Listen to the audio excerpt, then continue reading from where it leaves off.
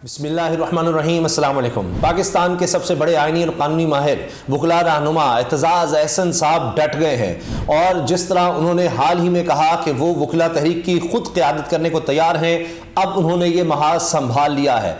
वकला का कन्वेंशन होता है इस्लामाबाद में और उसी दिन होता है जिस दिन सुप्रीम कोर्ट की तरफ से फैसला महफूज किया जाता है और इसी दिन आप देखें कि पार्लियामेंट में हमले शुरू हो जाते हैं सुप्रीम कोर्ट पर और फिर जनाब काबीना का हंगामी इजलास, हर तरह से दबाव में लाने की कोशिश सुप्रीम कोर्ट को। और सुप्रीम कोर्ट के सीनियर तरीन वकील एतजाज़ अहसन साहब क्या कहते हैं?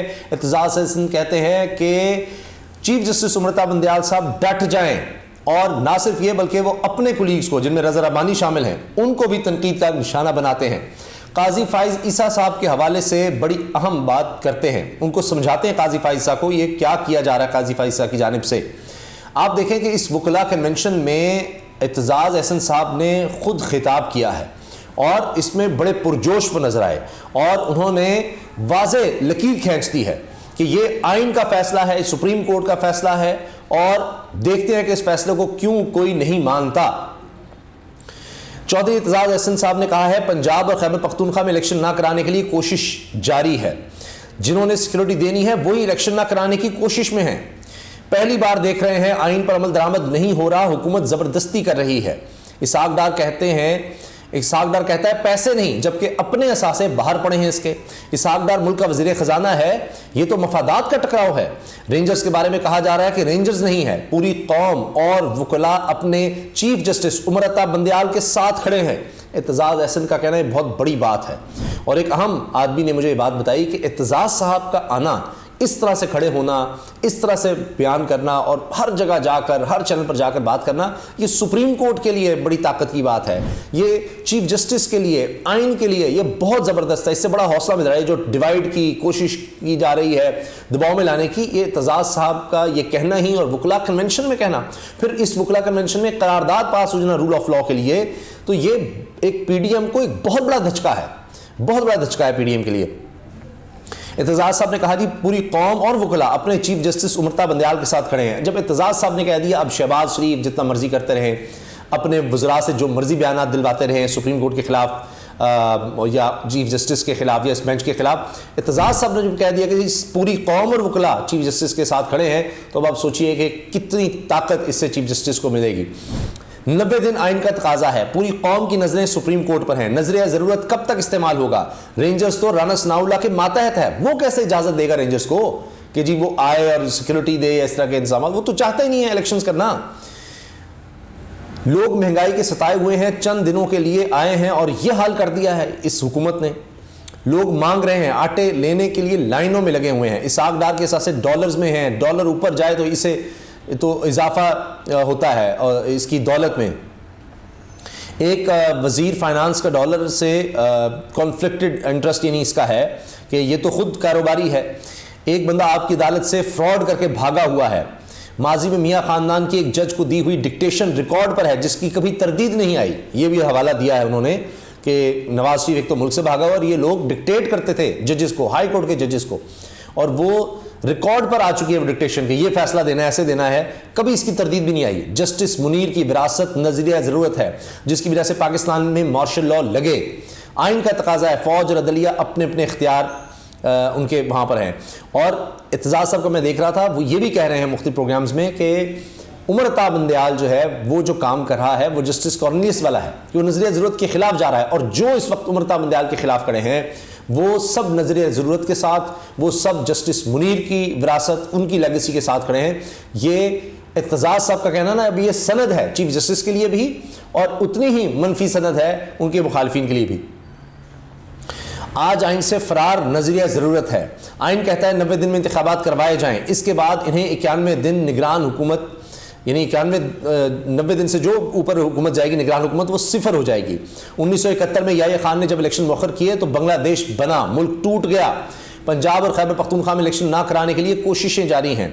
जिन्होंने सिक्योरिटी देनी है वही नहीं दे रहे। पहली बार देख रहे हैं आइन पर अमल दरामद नहीं हो रहा, हुकूमत ज़बरदस्ती कर रही है।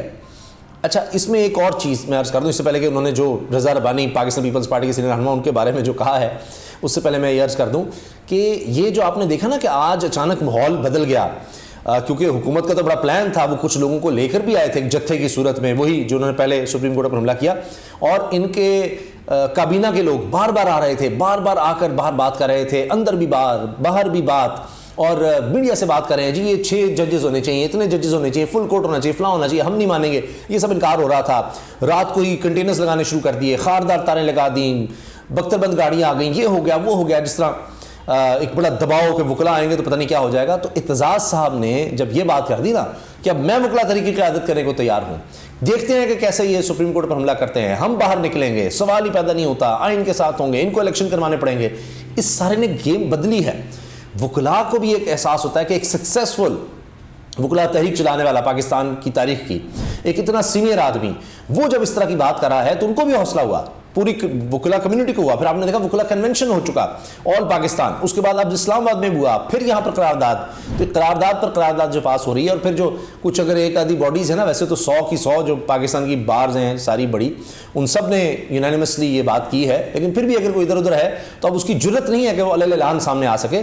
तो ये समात के दौरान भी, उससे पहले भी और उसके बाद भी इत्तेजाज साहब, ये बुजुर्ग जो हमारे आईनी और कानूनी माहिर हैं, इस उम्र में भी वो एक मुजाहिद की तरह साबित हुए हैं आइन के लिए, ऐसा डट के खड़े हो गए हैं आइन के साथ और सुप्रीम कोर्ट और चीफ जस्टिस ऑफ पाकिस्तान के साथ। चौधरी इत्तेजाज अहसन ने कहा कि मैं रज़ा रब्बानी को याद करवाना चाहता हूँ, रज़ा रब्बानी ने सूबों को इख्तियारात दिए थे, आज आइन का जो हाल है, रज़ा क्यों खामोश हैं? रज़ा रब्बानी को चाहिए वो बोले। मोहसिन नकवी अच्छे खानदानी है और पढ़े लिखे खानदान से हैं, इन्हें सोचना होगा। खैबर पख्तूनख्वा के निगरान वज़ीर आला आज़म खान नहीं बैठेंगे, वो कह रहे हैं आगे नहीं बैठूंगा। आज़म खान ने बड़ी इज्जत कमाई है कि वो सीनियर ब्यूरोक्रेट रिटायर्ड हैं जो खैबर पख्तूनख्वा के वज़ीर आला हैं निगरान, वो आगे नहीं जाएंगे। इत्तेजाज साहब कह रहे हैं उनको वो जानते हैं, वो इससे आगे नहीं जाएंगे। और वो निगरान वज़ीर आला मोहसिन नकवी को, पंजाब के निगरान वज़ीर आला को भी कह रहे हैं कि वो भी इस बारे में सोचें। जस्टिस काजी फाइसा साहब से कहना चाहूँगा, अगर ये लोग आज चीफ जस्टिस उमरता बंदयाल के पर काट रहे हैं तो समझें आपके भी पर काटे जा रहे हैं। वकला कन्वेंशन में आइन की बालादस्ती के लिए करारदाद भी मंजूर हो गई। करारदाद एडवोकेट फैसल चौधरी ने पेश की। जस्टिस काजी फाइसा से कहना चाहूँगा कि ये लोग आज उमरता बंदयाल के पर काट रहे हैं तो समझें आपके पर काट रहे हैं। काजी फाइसा एक दबंग दलेर जज है मेरी निगाह में, इनकी बहुत तकरीम है। पीसीओ जजेस को फारिग करने के फैसले में मैंने चौधरी साहब को काजी फाइसा का नाम तजवीज़ किया। मैंने कहा कि काजी फाइसा का अदलिया में नाम है, एक शजरा है, इन्हें बराह रास्त chief justice Balochistan high court बने। अब इत्तेजाज साहब याद करवा रहे हैं काजी फाइसा को, याद करो काजी फाइसा कि किसने तुम्हारे बारे में कहा कि डायरेक्ट तुम्हें chief justice Balochistan high court लगा दिया जाए, याद करो। और उनको हवाले दिए हैं, उनके ख़ानदान के हवाले दिए हैं, वास्ते दिए हैं। बतौर चीफ जस्टिस काजी फाइसा ने मेरे खिलाफ भी फैसला दिया, लेकिन इनकी दलेरी का कायल हूँ। मैं काजी फाइसा को कहना चाहता हूँ, जस्टिस उमरता बंदयाल के पाँव आज बांधी जाने वाली जंजीरें कल आपके हिस्से में भी आएंगी। अब ये पाकिस्तान का सीनियर तरीन वकला रहनुमा ये बात कह रहा है, चीफ जस्टिस पाकिस्तान के पर काटे जाना आपके पर काट देने के बराबर है। चीफ जस्टिस उमरता बंदयाल आइन का पासदार बनकर खड़ा है, आपको आज इनके साथ खड़ा होना चाहिए। मैं वकला से कहूँगा नजरिया ज़रूरत को छोड़ें और आइन की पासदारी का पहरा दें। ये है बयान इत्तेजाज साहब का, इतना उन्होंने मोटिवेट कर दिया। ये जुमले सुनिए, चीफ जस्टिस उमरता बंदयाल आइन का पासदार है, आइन का मुहाफिज है और पासदार बनकर खड़ा है और आपको आज इनके साथ खड़ा होना चाहिए। ये अब इत्तेजाज साहब ने वकला को कह दिया है कि आपको अब उमरता बंदयाल के साथ खड़ा होना चाहिए। मैं वकला से कहूँगा नज़र ज़रूरत को छोड़ें। अभी भी जो उस तरफ हैं, कोई इफ़ एंड बट्स कर रहे हैं अपनी ज़ाती मफादात की खातिर, तो छोड़ दें इस नज़रिया ज़रूरत को कि जी आइन में तो लिखा है, लेकिन देखें आजकल हालात ऐसे हैं, क्या करें। फिर आइन में जमहूरियत का भी लिखा है, तो फिर आजकल हालात ऐसे हैं, तो फिर ख़त्म कर दें इसको। फिर सुप्रीम कोर्ट है जी, वो आइन में तो लिखा है सुप्रीम कोर्ट सबसे सुप्रीम है, लेकिन आजकल हालात ऐसे हम नहीं मान सकते, फिर सुप्रीम कोर्ट को ख़त्म कर दें। कहाँ तक जाएंगे?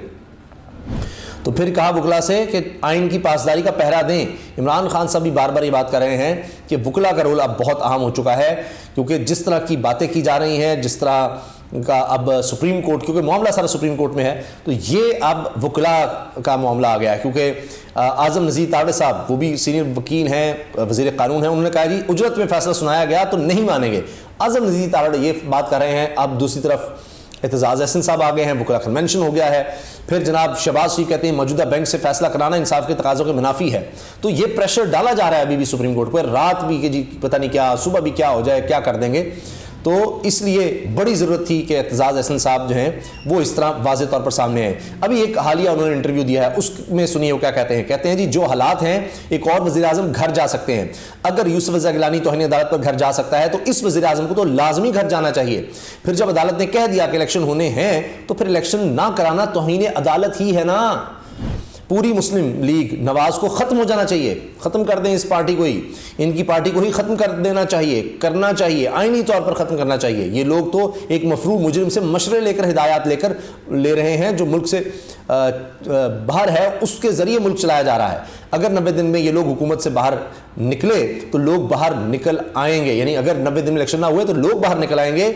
इनको दफ्तरों से बाहर निकालने के लिए कि लोग बाहर निकलेंगे, इनको दफ्तरों से बाहर निकाल देंगे अगर 90 दिन से ऊपर गए। फिर ये लोग क्या करेंगे? जब लोग निकल आए और उनको दफ्तरों से ज़बरदस्ती बाहर निकाल दिया, फिर ये क्या करेंगे? हुकूमत सुप्रीम कोर्ट से ज़्यादा आइन और रियासत पर हमला कर रही है। यानी हुकूमत ये जो कुछ कर रही है ये सिर्फ सुप्रीम कोर्ट नहीं, इससे ज़्यादा तो ये आइन और रियासत, पूरी रियासत पर हमलावर है ये हुकूमत।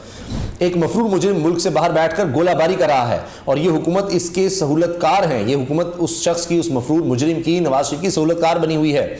मुस्लिम लीग नवाज को बैन और अनरजिस्टर होना चाहिए, ख़त्म करना चाहिए, बैन कर देना चाहिए। अवाम भूखे मर रहे हैं, 20 किलो आटे के थैले पर कत्ल हो रहे हैं और ये हुकूमत सोच रही है कि सुप्रीम कोर्ट पर हमला कैसे कैसे कर सकते हैं, किस किस तरह से सुप्रीम कोर्ट पर हमला किया जा सकता है। इलेक्शन कमिश्नर, इलेक्शन कमीशन के अरकान, वज़ीर आज़म, काबीना और बाहर बैठा मफरूर मुजरिम सब आइन शिकनी कर रहे हैं। सबको सज़ा होनी चाहिए। वकला तहरीक में खुद देखने को और लीड करने को तैयार हूँ। अब इन बातों ने जनाब सारा माहौल बदल के रख दिया है। अब देखिए किस तरह उन्होंने पहले ही आर्टिकल 6 की बात कर चुके हैं कि इन पर आर्टिकल 6 लगना चाहिए, इनके ऊपर गद्दारी का मुकदमा लगना चाहिए, आइन शिकनी का मुकदमा लगना चाहिए, बगावत का मुकदमा होना चाहिए। ये बातें भी एतजाज़ सब कर रहे हैं। और अब देखते हैं कि जनाब कि अब भी हुकूमत क्या कोई इस तरह की जुर्रत करती है। और फिर जब एतजाज़ सब कह रहे हैं तो फिर वो इस चीज़ के लिए आर्टिकल 6 के लिए, तौहीन अदालत के लिए, सज़ा भुगतने के लिए और वकला के रद्दमल के लिए भी तैयार रहे। मरीम साहब ने तो कह दिया ना अपनी ट्वीट में कि जी अब रिएक्शन आएगा, रद्दमल आएगा, ये सुप्रीम कोर्ट हमारी नहीं सुन रही। तो फिर जनाब वकला भी वहीं पर हैं और एतजाज़ साहब भी हैं, तो देखिए फिर इनकी तरफ से क्या रद्दमल आता है। अल्लाह हाफ़िज़।